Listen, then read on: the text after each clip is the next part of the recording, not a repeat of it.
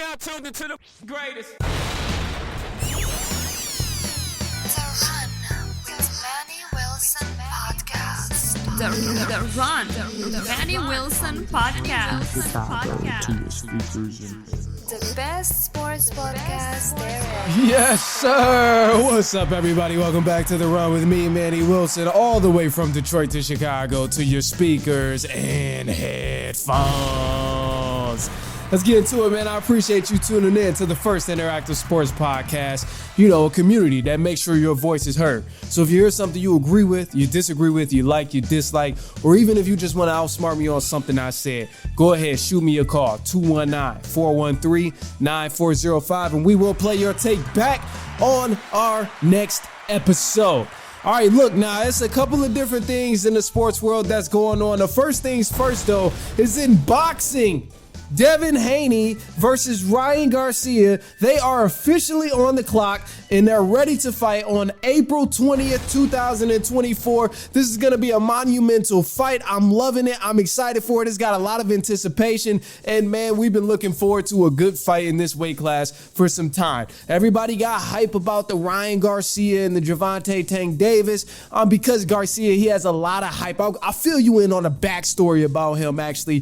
García, he's a guy who's pretty much still trying to establish himself in this elite weight class that he's in. He's a guy still trying to let people know, hey, I'm here. I'm gonna be tough in the next few years. I'm gonna be that guy. Like, he's trying to establish solid ground in a weight class that's already elite. So 24 wins, 20 by KO. So he's been doing this thing, and the one loss is against one of the best fighters in this class, Gervonta Tank Davis. So, I mean, he has a pretty damn good resume, truth be told. But the guy he's going against, man, an absolute animal. Devin Haney, he's the champion. He's already established in this league and already established in this weight class. It's nothing else you need to say about him. 31-0, undefeated, 15 KOs, and currently holds 3 championships right now. So I'm going to tell you who's going to win. I'm going to throw my pick out here.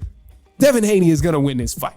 And there's no ifs, ands, or buts about it. It's simply because Haney is more skilled, he's more developed, he has a better IQ, he has more experience. And the way I'm seeing this fight happen when it comes down on April 20th is that Ryan García is just going to fight himself out. He's going to tire himself out. He's going to go in trying to get a kill shot, trying to be speed like he usually shows in his videos, trying to tat him up and just put the pause on him real quick. And Haney's not going to get fazed by any of it. Haney is going to simply allow him to throw all them little soft punches, counter when he wants to, and bam, sneak him. Oh, all right. You're going to tear him down little by little. And then by the time you get to the 6th round, 7th round, I think that's when Haney's going to realize, damn, this dude is exhausted. So let me go ahead and wrap this up. Let me fight him. Let me knock him out in the fight real quick. And that's what I'm predicting this fight doing. I don't know if it'll be 8 rounds exact, but I'm definitely saying Devin Haney is about to piece this dude up because Garcia is good, bro, but he's just not that good to hang with the elite of this weight class, meaning guys like Gervonta Tank Davis, guys like Shakur Stevenson, guys like Devin Haney, guys like Frank Martin, another elite talent in this weight class. There's different levels to it, and yes, Garcia is young, but he's just not quite there. There's a lot of different things he's got to learn. Yeah, he's got to fight these good guys still, and then get some experience under his belt so he can be able to hang with them. And I think he's doing a great job at that. But I mean, it's very early on in his career because he is I think he's still under 25. He's still a super young dude, but it's just like, man, taking these big fights is dope. And I love that for him because he's clearly not scared to fight anybody. But there's going to be a lot more than speed that he needs in order to become a champion in this weight class and to take down great fighters in this weight class. And, in a minute, it's going to start looking ugly because it's like, all right, if I take a fight with Garcia, it's an easy win. And like, he talks a lot of trash and it looks all good on social media. Yeah, that stuff look real cute on social media when he's punching a bag and punching a speed bag and talking trash, looking at the camera as he's punched. All that stuff looks good. I'm going to tell you that right. It looks good for Showtime boxing. But when you keep losing these big fights that you're getting and people begin to question, how the hell is he getting these big fights, big fight after big fight, fighting the top dogs, the best of the best in this weight class? When people start noticing that your name is popping up in these fights and you're losing time after time, oh yeah, that's what's gonna hurt your legacy. I don't think it's that you fought these guys, which is dope, but it'll be that you keep fighting these big fights and you're losing these big fights. That's gonna be the thing that hurts them. But aside from that, I would love to see a couple other things happen in this weight class. I would love to see a Ryan Garcia fight some other people, like just to get some more experience, obviously, but more so Devin Haney. I want to see Haney fight Shakur Stevenson. I want to see a Ryan Garcia in a Stevenson. I want to see a Haney and a Ryan and a Tank Davis. I want to see that. Like, I think it's a lot of different potential fights that have been talked about for some time, and yet they haven't happened. So I do give kudos for these two just for bringing this fight along and actually making sure it did happen, because people talk so much trash, but they don't ever get the contracts worked out. They don't get it done. So, but one thing here is it is confirmed Gervonta Davis, he is going to be in another fight. He's going to be fighting Frank Martin, and they have officially agreed to fight for Tank's WBA lightweight world title championship belt late spring, early summer. And the date has not been released yet, but man, I'm loving it because it's going to be a tough fight. Immediately when I first seen that this was agreed to, I'm like, oh, Tank going to win. Gervonta Davis, he's definitely going to win. But started thinking, like, hey man, Frank Martin is kind of big, bro. Like, he's got a lot of reach over Gervonta Davis. He's got the size over Gervonta Davis. He looks like he's a heavier dude. He looks like he has more muscle mass than Gervonta Davis. So those kind of things kind of had me thinking a little bit, because I'm like, hey, right off the bat, Tank got the star power. Gervonta Davis got the star power, but hey, Frank Martin to knock your ass out. I'll put it like that. But look, we also got our spotlight highlight. We got a voicemail call as well. But look, we got to jump into the spotlight highlight real quick, because bringing it to the NBA, man, this dude has been balling. He's been doing this thing. I'm loving that we get to bring this segment back now that the NBA season is back from the All-Star break. I left it alone for a minute, but it needs to be said right now. The Cleveland Cavaliers, Darius Garland, point guard for the Cleveland Cavaliers. He's in his 5th season of the NBA. The man has been averaging 7 assists and 14 points over the last 10 games. And this man is a true point guard. I get it. The statistics aren't insane. They're not unbelievable when you hear 7 assists and 14 points. I get that, but this is what I love to see out of a true point guard, because although the stats don't make a huge difference with his numbers, what's most important is the impact that he's making when he's on the floor. When you watch this man play basketball, Darius Garland is doing so much more than putting up numbers. He's making the right passes. He's controlling the pace. He's taking good shots. He's making open shots. He's making contested shots. He's playing hard on defense. All together, he's setting the tone, and that is something that a true point guard does. You don't see that very often, especially in this era of basketball when guys are so concerned about score. Shoot. You don't see guys step back and really assess the game, make the right passes, run the break correctly, slow the tempo down when necessary, speed the tempo up when necessary, go coast to coast, play defense, pick up at half. You don't see the basic things from a true point guard anymore out of all 32 teams. A lot of guys just are score, flashiness, and that's not what you'll get with Darius Garland, but I promise you damn sure will witness great basketball if you watch this man play, because there's a dramatic difference of when he's on the floor and when he's off the floor, just because the whole flow of the game is completely different. Yes, they still have Donovan Mitchell, who's an absolute bucket over there. He does his thing. But even Donovan Mitchell does not control the game in ways that Darius Garland does as a true point guard. So I want to give this man his flowers, and also the Cleveland Cavaliers as a whole, because they're sitting number 2 in the Eastern Conference right now, and they won 19 of their last 23 games. Those boys have been balling lately. They beat a bad Washington Wizards, but I also bet on that game, so it was fun for me. But that's not why I'm picking them. I mean, they just play great basketball. Number 2 right now. They're behind the Celtics by kind of a large margin. Celtics have really been kind of the head honcho in that Eastern Conference, but ultimately, I think nothing really matters until you come down to the playoff time, because that's when winning ball games matters most. So I'm excited to see what the Cleveland Cavaliers can continue to do. The next game that they play, it will be against the Dallas Mavericks tomorrow, and the Cavaliers, they will be at home. But I definitely recommend to watch that game because, hey, man, Darius Garland, that is a serious problem for other teams. And that guy, hey, he's the guy. He's that guy. I'll put it that way. He's a baller. Now, look, we got a quick voicemail call, and then we're going to jump into some scores in the NBA, and then another segment as well about storming the floor at the end of games. Yeah, we'll jump into that in just a second. But here's our voicemail caller. Let's hear what he got to say. Let's go ahead and do it. Let's play it back. I fucking hate Lamar Jackson for not saving us. My name is Alexis. Okay, let me tell you how random that was, and let me tell you where it comes from. So during the Super Bowl, when the Chiefs played the Baltimore Ravens, they were saying Lamar Jackson is the only hope to save everyone from watching Taylor Swift in the Super Bowl. But hey, that didn't happen. But hey, man, get that hate out your heart, bro. The season over. get the hate out your heart. I get it. He didn't save us, but he can redeem himself. You never know. But thank you. Of course, I appreciate you for calling in. But look, let's take a quick break. We're going to jump into some scores for the NBA. Also, a couple of games that's coming up in just a second. But it's halftime. We will be right back.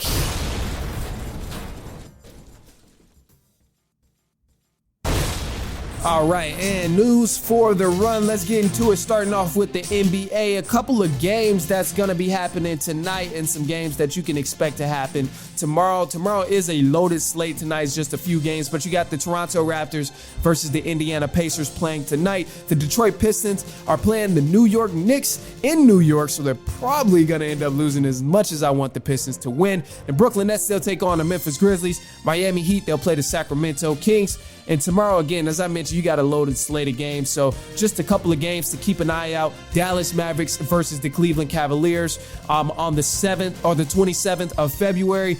You want to also take a look at the 76ers versus the Boston Celtics. There will be no Joel Embiid in this game, but also too, anytime these teams match up, it's usually a good game. So keep an eye out for that. The Houston Rockets versus the Oklahoma City Thunder will probably be a good game, but I'm always recommend watching the top dog of either conference. The Milwaukee Bucks, they'll probably beat down on the Charlotte Hornets as well. But moving on to college basketball, because as you know, the NCAA tournament is right here. Duke and Wake Forest, they recently battled in a down-to-wire game, and it resulted in Wake Forest defeating the powerhouse program that's currently ranked number 8 in the nation.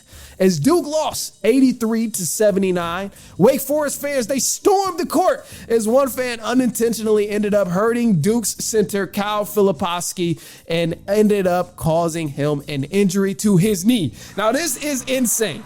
This is crazy. But ever since this has happened, there's been a lot of talks about, oh man, we need to do something about this storming the court thing. These guys do it in football. The fans do it in basketball. But we need to figure something out on how we can really prevent fans from storming the court at sporting events, especially on college campuses. You had a guy in the Big 12, the commissioner said this shouldn't even be tolerated across the NCAA. This guy was furious, and he said it's insane that this is even happening right now. Now, you know what I say to that? I say, you know what? That sounds cute. It sounds good. Everybody has to be upset right now because Duke center got hurt just temporarily. It wasn't no major injury, thankfully. And I understand the tournament is coming, so you never want to lose anybody, whether he's a star or not, come tournament time. But the thing is, it's silly to seriously try to sit here and think of ways you can prevent 1,000 people from storming the court or a college field at the end of a game. It's never gonna happen. Never gonna happen. The only thing you could possibly do is boost up your security. But even if you boost up your security, it's no way in hell you're stopping 1,000 people from storming a basketball court or storming a football field. You might get a few guys that you can wrestle and tackle on the ground, but best believe it's gonna be a couple of guys that make their way through and go celebrate on the middle of the field or the middle of the basketball court, because it's just not gonna happen. I watched Colorado this season, they had their court storm. Obviously, Duke had their court storm, but it was a huge difference in what I seen out there. Now, I get it's dangerous. First and foremost, I understand, for anybody who's playing the sport, whether it's basketball, volleyball, whether it's football, whatever the case is, whenever you got fans storming the court, I understand, it's dangerous for sure. Let's acknowledge that because that's the truth in the situation. However, the difference I seen between Duke and Wake Forest when Duke lost this game is that there was not much security out there to protect the players or any coaches or any star players on Duke's team. When I looked at Colorado early on in the season, as much star power as they had between Deion Sanders, Shedeur Sanders, Shiloh Sanders, Deion Sanders had security. Shiloh Sanders had security. Shedeur Sanders had security out there. There was people making sure that if anybody got touched and anybody got hurt, it damn sure wasn't the stars on the team or it wasn't any of the athletes. And I get, before you push back, before you think to yourself, or before someone out there later even tells you, well, security is a good idea, but that costs so much money. And even these guys who want to boost up their private security, it costs so much money to just bring in some extra guys to watch one particular person. It does. Don't get me wrong. But there's an inexpensive way to make sure that you don't have to worry about people storming the floor. All the NCAA got to do is make sure they allow players to protect themselves by any means necessary on the floor. So let's think about it. And I'm not saying, you just got to drop guys left and right. That's not at all what I'm saying. You don't need to drop guys left and right. But I'm saying if I'm playing a game in front of thousands of people and these guys storm the floor, I should be allowed as an athlete to run and clear a path for myself to get to the locker room in a safe way. It's no reason I should not be able to push some people out my way. Nobody is a minor. We're all the same age group. We're all college students. I go to I go to my math class and there's guys there. I go to my science class. Some of these same students are there. So what's the difference from me pushing them, clearing my own path? It's nothing illegal. It's nothing aggressive. It's just if I don't want 3 or 4 people jumping on my shoulders, slapping me in the head, pulling my jersey, I should be allowed to clear my own path.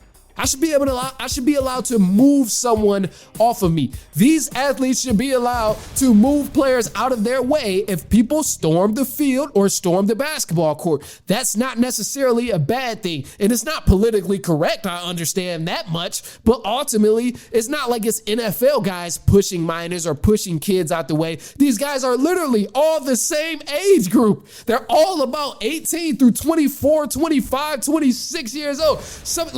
It's all the same age group. It's not that bad. So if I'm the NCAA, if I'm trying to do this, bruh, I'm going to release a statement and I'm going to say the NCAA is not responsible for the reaction caused by flooding the court or flooding the football field. And I think that would just simply change a lot. Releasing that statement saying we're not responsible for any reaction that these guys get. You got to back the players up. And this is something where people talk about the NCAA never actually helping athletes. This is the way you can help them. I'm not saying they have to be violent and punching people, laying people out, choke slamming people, none of that stuff. We don't want to see that in the NCAA. But they should be able to clear a path because you go to any mall, you go to any downtown space, big event in the city, big event in the suburb, and something pops off, you're going to clear a path for you and your folks that you care about. So these athletes should be able to do that same thing, especially if they got family at the games, or especially if their teammates and stuff are at the games that they care for, spend all season with, or even if they just want to protect them damn selves, they should be allowed to do that. I put it that way. But anyway, look, if you agree, you disagree, you dislike something I said, hey, shoot me a call. I want to hear it. Prove me wrong, let me know, or share an alternative perspective. I'd love to hear it. I'd love to hear you out. So shoot me a call. 219-413-9405, and I promise we'll play your take back on our next episode, as long as you're making sense, as long as you're somewhat respectful to people on here. We're gonna play your take back, but free speech on here all day. That's what we like to rock with. This is your platform as much as it's mine. Anyway, that's all I got for you guys this week. We will be back later on this week. As you can tell, I'm probably, you can probably tell I'm still a little bit under the weather, so man, trying to get my groove back. This weekend, I was messed up. I'm pretty sure I did have COVID. Luckily, Advil helped me out a lot, or ibuprofen helped me out a lot, man. I was taking ibuprofen every 4 hours. I was on a solid rotation. Solid rotation. And it's safe. It say that on the bottle, so it was safe. But, man, thankfully, you know, I was scared my voice wouldn't be somewhat decent. I was over here sounding like I ain't even gonna do it, but I was sounding rough, bro. But anyway, look, man, that's all I got for y'all. I appreciate you for hanging with me, of course. Be sure to follow me on Instagram at The Run Podcast. You can follow my personal as well at I am Manny Wilson. But until then, man, that's all I got for you guys. Share this with a cousin, a brother, an aunt, an uncle, a niece, a nephew, a coworker, a friend. Anyone you know who enjoys sports or may have enjoyed the conversation. And until then, we will be back later on next week, and so on and so on and so on.